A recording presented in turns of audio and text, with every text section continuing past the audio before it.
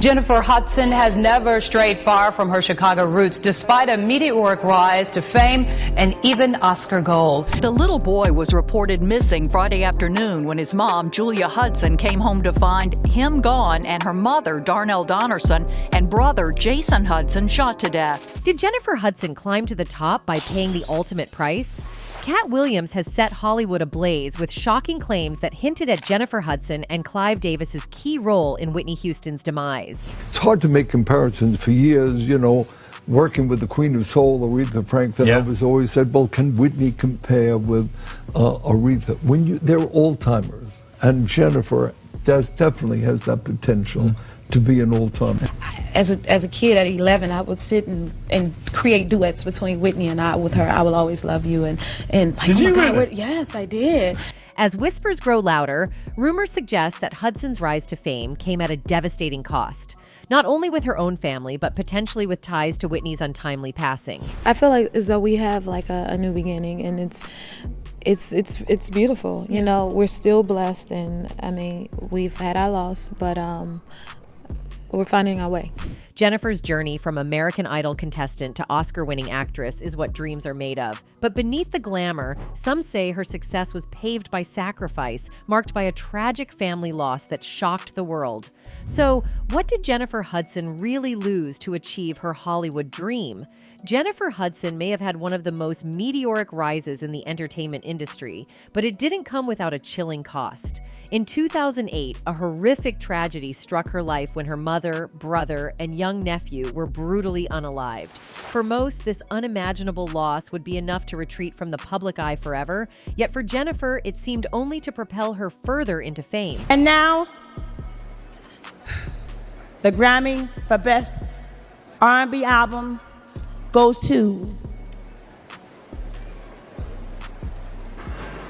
Jennifer Hudson. But it was Jennifer's response to this tragedy that shocked everyone. She did the unthinkable. She publicly forgave William Balfour, the man convicted of unaliving her family. This decision only fueled the rumors swirling around her career and its true cost. And Katt Williams, known for speaking his mind about Hollywood's dark secrets, believes there's more to Jennifer's rise than meets the eye. Is it possible that Jennifer, like other stars, had to make a sacrifice to achieve her success? Let's dig into the bizarre moments in Jennifer Hudson's career that left fans questioning whether her success was bought with something darker. Let's start by examining her early life and what changed the night her family was taken. Jennifer Hudson's life changed when she entered American Idol in 2004. Though she didn't win, the exposure she gained catapulted her career. Soon after, she was cast in Dreamgirls, a role that won her an Academy Award and instantly made her a household name. But the stardom didn't stop there. Jennifer's vocal talent earned her both a Grammy and a place among Hollywood's elite. Behind the glamorous performances and awards, though, whispers began to emerge. Some fans noticed her success seemed almost too perfect, too fast, especially in an industry as brutal as Hollywood. Clive Davis, a powerful industry figure with connections to some of the biggest stars, took an interest in Jennifer early on. Davis had been a close mentor to Whitney Houston, and when Whitney passed away, it was Jennifer he tapped to perform a tribute at the Grammys. But the timing was strange. Jennifer's tribute came just hours after Whitney's death. Some wondered, why her? As Jennifer's career rose, so did the conspiracy theories.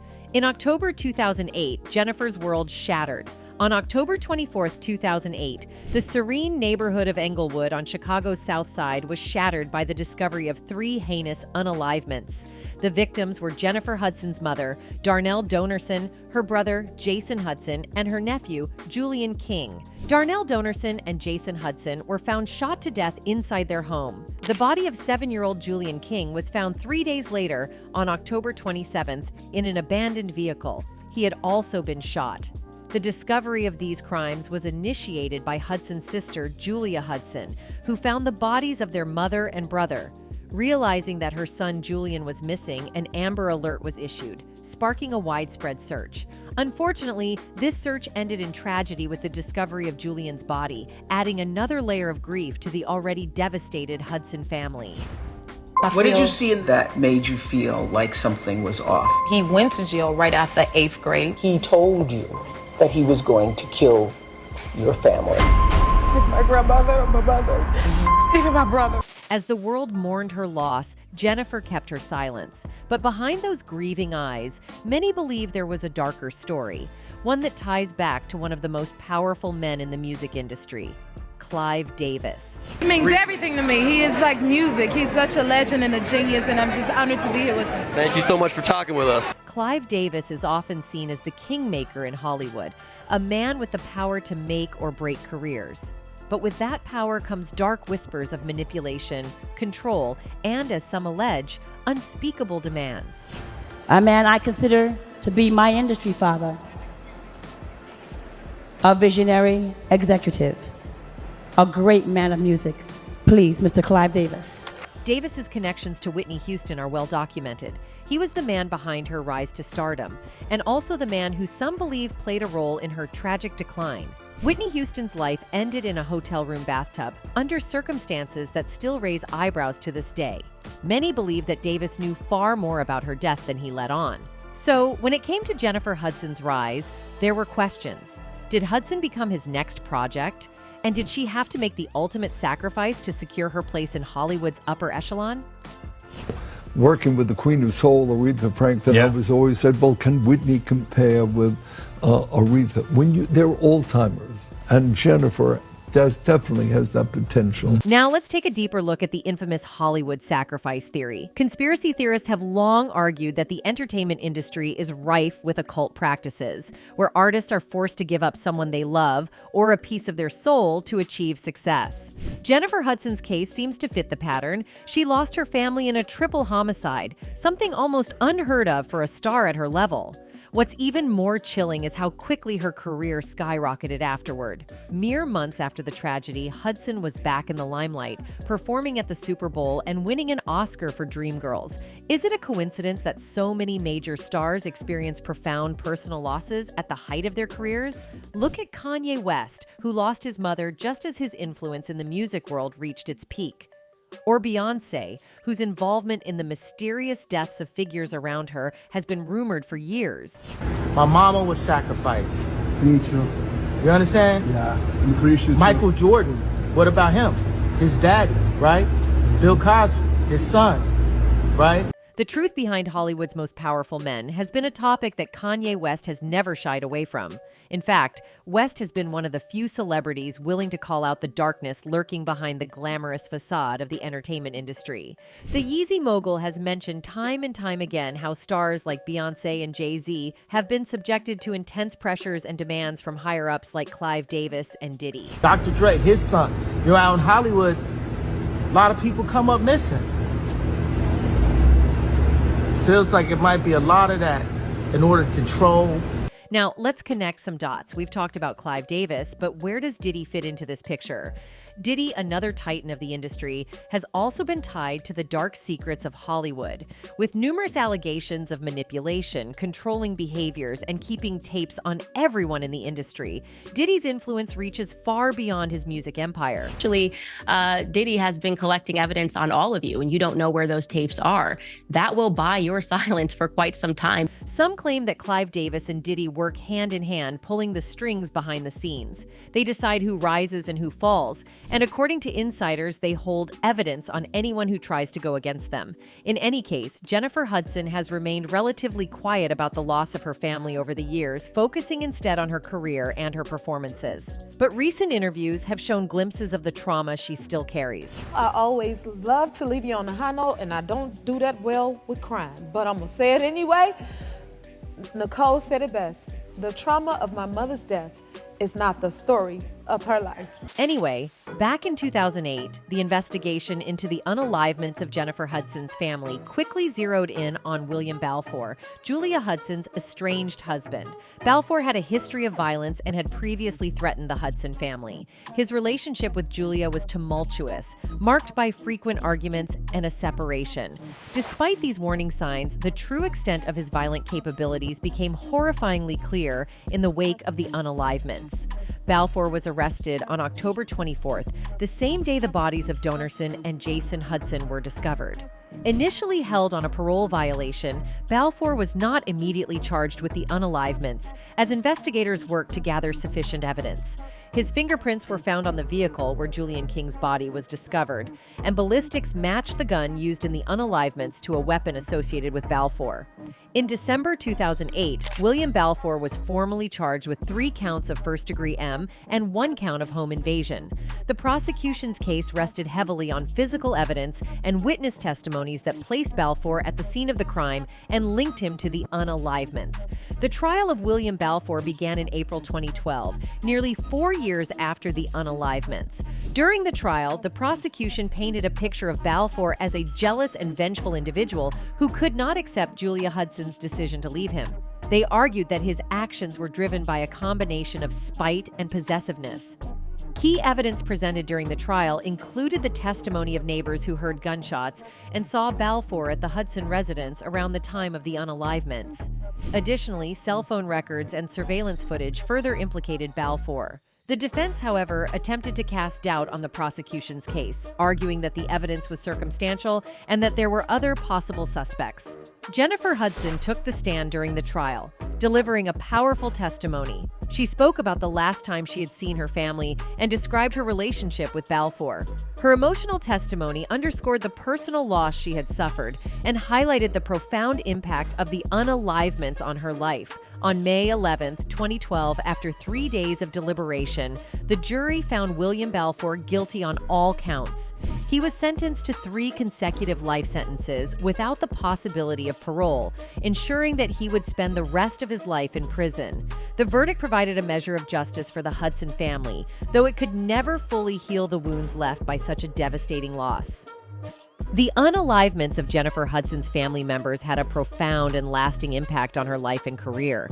At the time of the tragedy, Hudson was at the height of her success, having recently won an Academy Award for her role in Dreamgirls and achieving critical acclaim as a singer. The sudden and violent loss of her loved ones was a shock that reverberated through her personal and professional life. In the immediate aftermath, Hudson took a step back from the public eye, canceling appearances and postponing projects.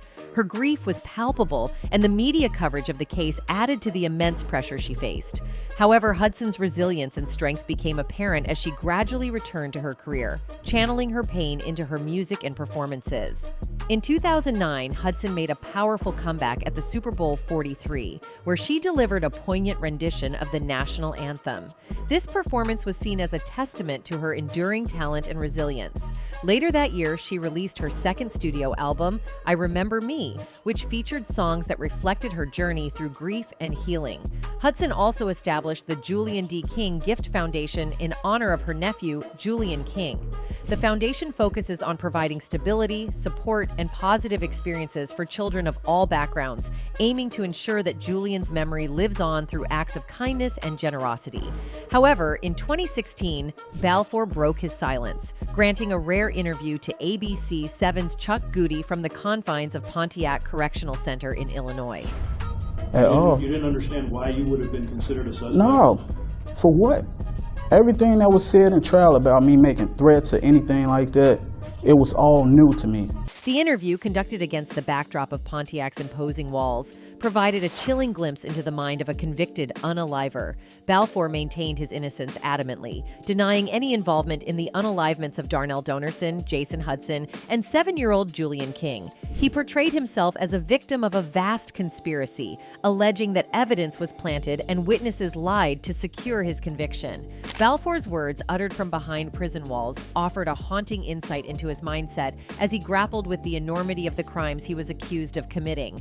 I didn't have anything to do with the case, and don't know who had anything to do with the case, he asserted, his voice carrying a mixture of defiance and frustration. Despite facing life behind bars, he remained steadfast in his denial of guilt. Throughout the interview, Balfour's demeanor was strikingly calm, almost detached, as if he were recounting a mundane event rather than discussing the brutal unalivements of 3 innocent people. When asked about his whereabouts during the unalivements, he maintained his innocence, stating, "The case, as he puts it, was a triple M in Englewood in the home of his estranged wife, Julia Hudson's sister." His words were devoid of emotion, offering no hint of remorse or regret. Balfour's refusal to accept responsibility for his actions was evident in his responses to Goody's probing questions. When asked about witnesses who claimed to have seen him with the unalivement weapon, he dismissed their accounts as lies. "Did you ever have the gun?" Goody asked pointedly. "No, not one time," Balfour replied, his tone unwavering. He portrayed himself as a victim of circumstance, a pawn in a larger conspiracy orchestrated to secure his conviction. As the interview progressed, Balfour's narrative became increasingly convoluted, filled with accusations and deflections aimed at discrediting the prosecution's case against him. He accused his ex-wife, Julia, and former friends of lying on the stand, painting himself as the true victim of their deceit.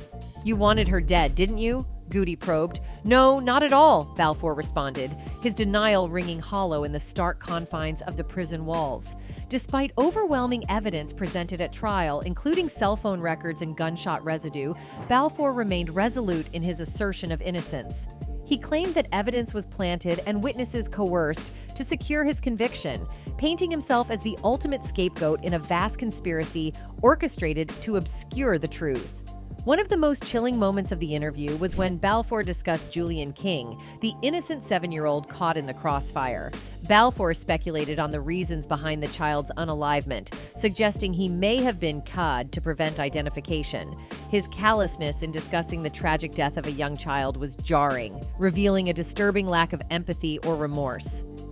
Goody pressed Balfour on his decision not to testify at trial, a decision he attributed to his trial lawyer.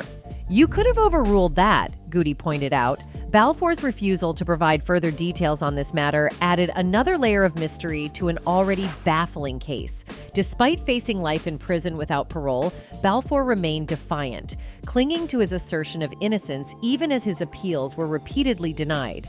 A few years later, in 2019, Jennifer Hudson sat down for a new interview with British paper The Guardian.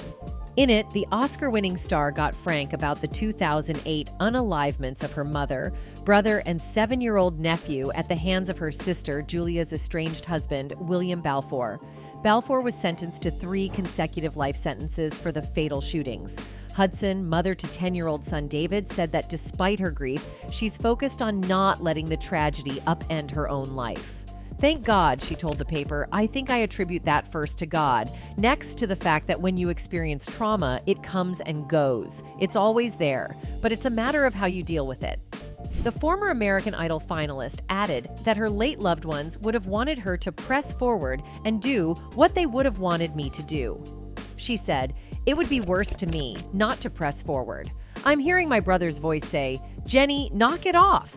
He would be angry at me for giving up, or all the things that my mother instilled in us. She prepared us. She would say, 'You know, I'm not always going to be here, and I want you all to be able to make it.' She used to say, 'Without family, you have nothing,' which is why it's so important to take care of family. So if I'm doing that, I know I'm pleasing my mother.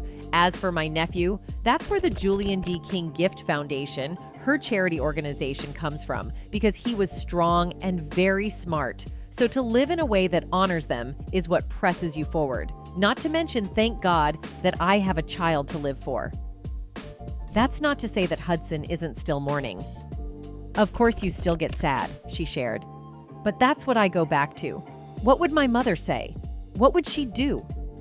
She also remains close with her sister Julia, who lives nearby, in a house purchased by the singer and actress in their native Chicago. Hudson described her sibling as a school bus driver who is a character. Hudson also shared that her late father, a Greyhound bus driver, fathered 27 children. While she hasn't met all of her siblings, she does know quite a few. "Oh yes," she said, 11 girls, 16 boys. I'm the youngest, or at least in the last 2 or 3. And it was always my dream, because I love family, to have a giant table with all my siblings. Just imagine the giant table. However, in a 2020 episode of Oprah's Next Chapter, Hudson revealed that she had forgiven the man convicted of unaliving her family. How was it to see him? It made my skin crawl. The Oscar and Grammy winner recalls seeing Balfour in the courtroom during the trial. "It made my skin crawl," she said. In the days that would follow, that negative energy would turn into a feeling of relief as he was convicted of 3 counts of first-degree M. Now that Balfour has been sentenced to 3 consecutive life sentences, Hudson says she forgives him. "For the most part, it's not his fault," said Hudson. "It's like what he was taught and how he was brought up. We tried to offer love. He was so far gone he couldn't even see that. He never had a chance. As for the impact of the unalivements 4 years later, Hudson says, "There's so many shocks involved in it. Like, who do I grieve for first, or who do I start with? Of course, I'm going to think of my mother because it's my mother. I think of her a lot. Next, I think of Julian or my brother. I have moments where it's bits and pieces." Hudson admitted she hasn't visited the gravesite of her slain family members since they were buried. "Now I want to go because I feel like we've accomplished this. We've done this. We got justice for you. I can't come back here empty-handed. I've come back with justice being served." However, this was weird for fans because most of them could not understand why she would be so quick to forgive and let go someone who unalived her family. You see, rumors of secret societies and occult practices have long plagued the entertainment industry. Hudson's rapid rise to fame and the tragic timing of her family's deaths have led some conspiracy theorists to link her to the so-called Illuminati, suggesting she made a sacrificial pact. They argue that her success came at the cost of her family's lives, pointing to the eerie alignment of events. I've been to the gravesite since we buried them, but now I want to go because I feel like, okay, we've accomplished this, we've done this. For context, following the death of her family members, Hudson took time away from the public eye to grieve and heal. Her return was marked by a deeply emotional performance of the national anthem at the 2009 Super Bowl, which was her first public appearance after the tragedy. This performance was not only a testament to her vocal prowess, but also to her resilience and ability to channel her emotions into her art. In 2008, Hudson released her self-titled debut album, which was met with critical and commercial success. The album featured hits like Spotlight and earned her a Grammy Award for Best R&B Album. Jennifer Hudson.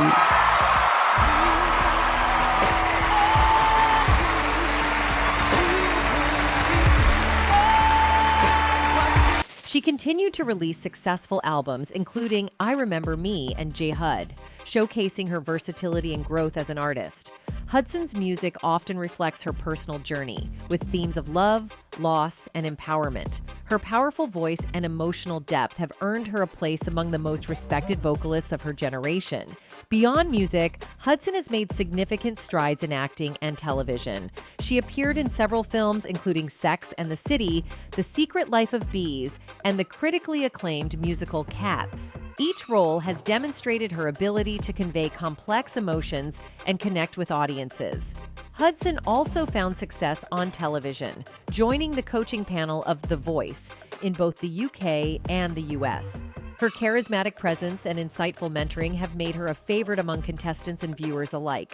Additionally, in 2021, she portrayed the legendary Aretha Franklin in the biopic Respect, a role that received widespread acclaim and further solidified her status as a versatile and talented performer. In any case, Jennifer Hudson is not the first artist to prosper in the wake of such a tragedy. Take A$AP Rocky, for example. Born Rakim Mayers, A$AP Rocky emerged as a significant figure in hip-hop, known for his unique style, innovative music, and charismatic personality. However, his journey to the top of the music industry has been shadowed by a series of devastating losses, each occurring eerily close to the release of his major albums. Rocky's first significant loss came in 2012, just as his career was beginning to soar.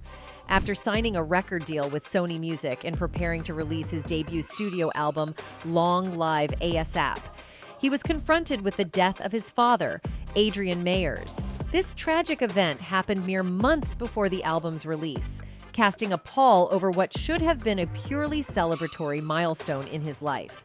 Despite the heartbreak, Rocky managed to channel his grief into his music, using his father's memory as a source of inspiration and strength. In January 2015, Rocky faced another heart-wrenching blow. His best friend and mentor, A$AP Yams, passed away unexpectedly.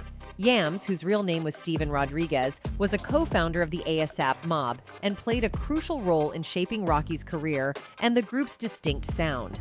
His death occurred just 4 months before the release of Rocky's second album, At Long Last A$AP. The loss of Yams was not only a personal tragedy for Rocky, but also a significant blow to the entire hip-hop community, which mourned the loss of a visionary talent. In interviews, Rocky has often spoken about the profound impact Yams had on his life and career, highlighting the deep bond they shared. The string of tragedies continued in 2018, when Rocky lost his half-sister shortly before releasing his third studio album, Testing. This loss added another layer of sorrow to his already heavy heart.